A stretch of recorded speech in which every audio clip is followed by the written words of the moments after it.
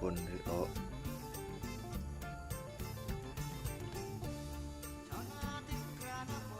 โต3 4 5 6 7 8 9 10 11 12 13 14 15 16 17 18 19โตขอน้อย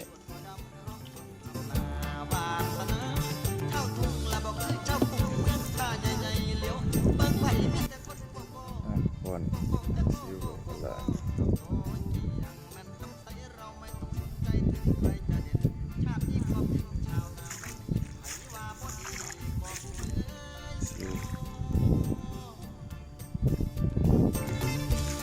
สวรรค์บ้านนาอยู่ไหน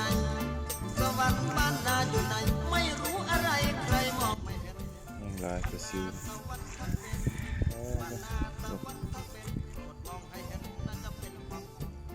ความทุกข์ของคนในบ้านไม่เหมือนความทุกข์ของคนในบ้านโปรดมาฟัง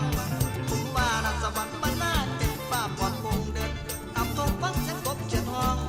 เขียนห้องเขียนห้องเขียนห้องเห็นกองน้ำแม่นเกไหลพุ่นแม่นไผ่นอนตุ้งกล้วยตู้พุ่นแม่นไผ่นอนตุ้งกล้วยตู้ไตหลังขันคุ้มปลายกองก็ให้ปลาข้อใหญ่สะเดินเดินเต้นโดนเต้นโดนเต้นโดนเต้นนกเก็นหน่อยแม่นเสือพิษหูได้ยิน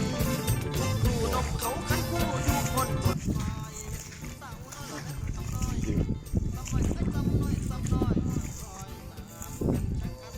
คิวหอยกะลาสีแดงยามแดงสันขับร้องเพลงกันสวัสดี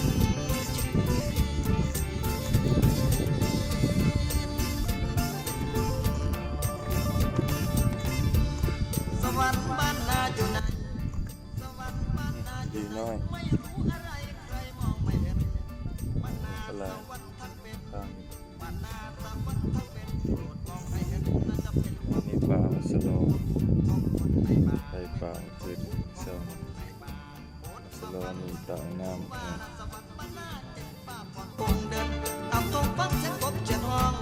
เขียนห้องเขียนห้องเขียนห้องเห็นกองน้ำแม่นเกไหลพุ่นแม่นไผ่นอนตุ้งกล้วยตู้พุ่นแม่นไผ่นอนตุ้งกล้วยตู้ไตหลังขันคุ้มปลายความก็ให้ปลาข้อใหญ่สะเดินเดินเต้น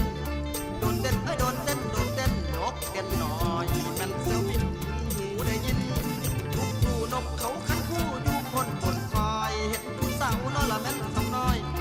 สำน้อยสำน้อยสำน้อยลอยน้ำแม่นช่างกันนี่แหละสวรรค์บ้านนาป้าแจ้งบอกฟ้าสีแดงยามแหลงสันขับร้องเพลงกันสวัสดี